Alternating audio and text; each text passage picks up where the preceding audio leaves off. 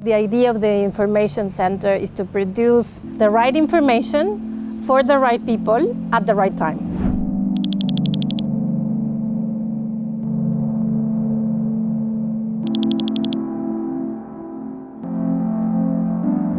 It's important to monitor what is going on in this region because we are close to the main source of opiates in the world.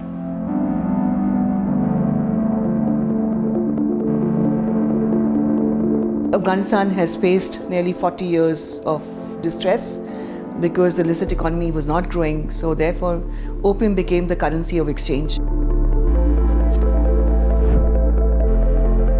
By looking at high-resolution images, we are able to interpret if there is poppy or not based on the color, the texture, and the pattern. We have a group of Afghans.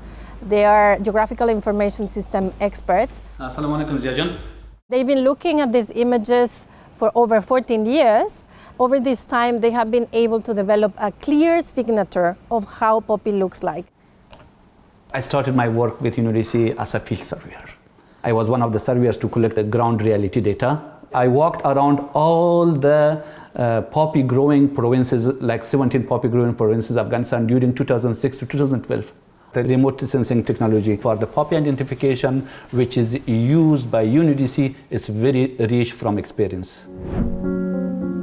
What we see today is that in Afghanistan, there is not only production of opium and processing into heroin, but also there is production of methamphetamines and synthetics, which is new. When we only look at it from a law enforcement perspective and not from a public health perspective, we do not look at educating young people in making informed choices and decisions. What will help us is to educate and look at more preventive measures to build better resilience amongst the users, but also support those who have to depend on it to come out of the cycle of misery.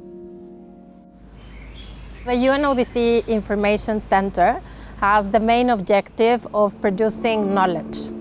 Knowledge should be impartial, integrated, and timely. And the idea of producing knowledge on the transnational threats related to drugs and crime is to inform policymaking, to produce evidence that can help authorities to make informed decisions. This information is relevant not only for UNODC programming, but also for the international community.